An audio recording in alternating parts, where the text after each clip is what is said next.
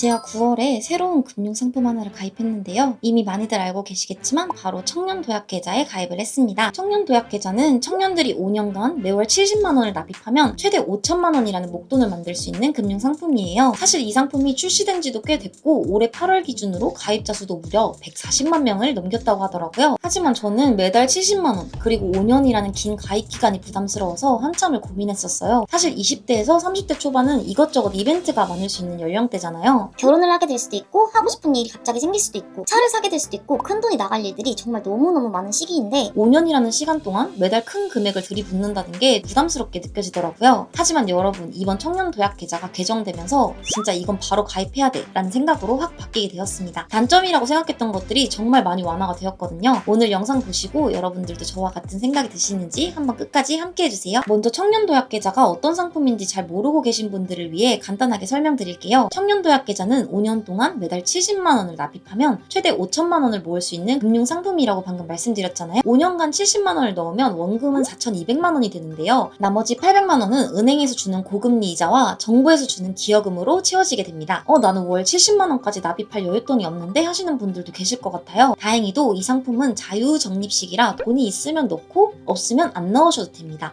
왜 적금은 매달 정해진 금액을 계속 넣어야 되잖아요. 이게 10만 원, 20만 원이면 사실 괜찮은데 사회초년생에게 70만 원은 결코 적지 않은 금액이라 부담스럽다고 생각하시는 분들도 계셨을 텐데 그러지 않아도 된다는 것. 또 납입금액 70만 원도 최대 한도가 70만 원인 거고 이 기준은 5천만 원을 모으겠다고 목표를 잡으셨을 때의 금액이지 1,000원에서 70만 원까지 본인이 여유 있는 만큼 넣을 수 있는 상품이에요. 대신 청년도약계좌 이름에서 바로 알 수 있듯이 청년들만 가입 가능한 상품인데요. 만 19세에서 34세까지라는 나이 제한이 있고 군 복무 기간은 최대 6년까지 인정해주고 있습니다. 그리고 원래 청년도약계좌는 소득이 있는 청년만 가입이 가능했었는데요. 이제는 군 장벽급여만 있는 분들이나 육아휴직급여만 받고 계신 분들도 가입이 가능해졌습니다. 또 개인소득 요건은 총 급여액이 세전 7,500만 원 이하여야 가입이 가능하고 사업을 하시는 분들은 종합소득 금액이 6,300만 원 이하여야 가입이 가능합니다. 영상을 시청하시는 분들이 어떤 일을 하고 계실진 잘 모르겠지만 일반적인 청년들이라면 대부분 가입 가능한 조건일 거라고 생각해요. 청년도약계좌 이전에 출시됐던 청년희망적금의 경우에는 총 급여가 3,600만 원 이하일 경우에만 가입이 됐었는데 도약계좌는 개인소득 요건이 거의 2배 가까이 완화가 되었다고 볼 수 있습니다. 가구소득 요건은 중위소득 250%를 넘지 않아야 되는데요. 여기서 중위소득이란 국민들의 소득을 쭉 줄 세웠을 때 가장 중간에 오는 값을 말해요. 보통 중위소득 60% 이하를 저소득층으로 분류하고 있고 75에서 200%를 중산층이라고 보고 있는데요. 범위가 참 넓죠? 중산층은 여러분들이 주위만 둘러보셔도 아시겠지만 얘도 중산층이고 쟤도 중산층이고 범위가 원래 넓은 게 맞아요. 근데 여기서 250%면 사실 중산층의 기준을 넘어선 거잖아요. 지금 보시는 표가 중위소득 250%를 나타낸 표인데요. 굉장히 여유롭죠? 가구 원수에 따라 해당 금액을 넘기지 않아야 신청이 가능합니다. 한 가지 주의해야 할 점은 만약 1인 가구이고 연봉이 7천만 원이면 개인소득 요건은 충족이 될지라도 가구소득 요건이 충족이 안 되기 때문에 청년도약계좌 가입이 어렵다고 보시면 됩니다. 이제 가장 중요한 청년도약계좌 혜택을 하나씩 살펴볼 건데요.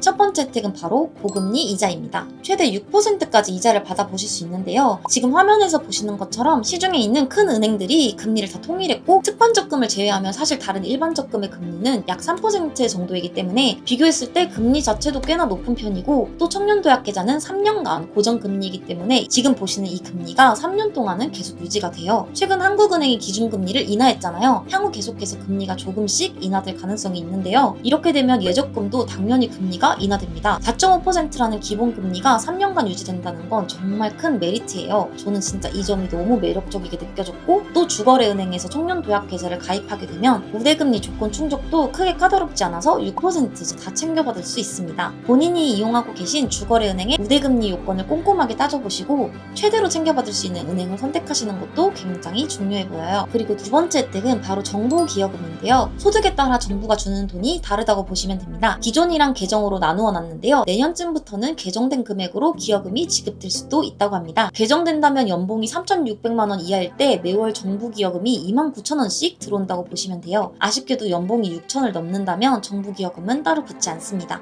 그리고 다음 혜택은 제가 너무 좋아하는 비과세입니다. 5년 동안 청년도약계좌의 이자로 얻은 소득에 대해서는 세금을 떼지 않는다는 뜻인데요. 원래는 이자가 100만 원이었다고 치면 15만 4천 원은 세금으로 냈어야 됐는데요. 이 청년도약계좌에서 나오는 이자는 15.4%, 이자 소득세 안 내셔도 돼요. 그렇기 때문에 실제로 최대 6%라는 고금리 이자와 계좌와 매달 붙는 정부기여금 그리고 비과세 혜택까지 하면 실제로는 연 8% 이상의 고금리 적금을 든 것과 같은 수준이라고 합니다. 여기까지 들어보시면 정말 안 할 이유가 없는 상품인데요. 5년이라는 시간을 다 채우지 못하고 중간에 해지했을 때 혜택이 다 사라지게 된다면 정말 말짱 도루묵이겠죠. 중도해지 관련해서도 개편된 내용이 정말 많습니다. 첫 번째로는 5년이 아닌 3년만 가입을 유지해 주시고 해지하더라도 비과세 혜택은 그대로 적용되고 정부기여금도 60%까지는 지급이 된다고 합니다. 저는 5년까지는 어려워도 3년 정도면 해볼 만하다는 생각이 들었었는데 3년만 아닌 2년만 유지를 해도 납입한 금액의 40%를 중도 인출할 수 있게 됩니다. 목돈이 들어갈 일이 생겼을 때 청년도약 계좌를 해지하지 않고 돈을 인출할 수 있게 되었어요. 그리고 여러분 아예 5년, 3년, 2년 동안 돈이 완전 묶이는 건 아니더라고요. 특별 중도 해지 사유가 있으면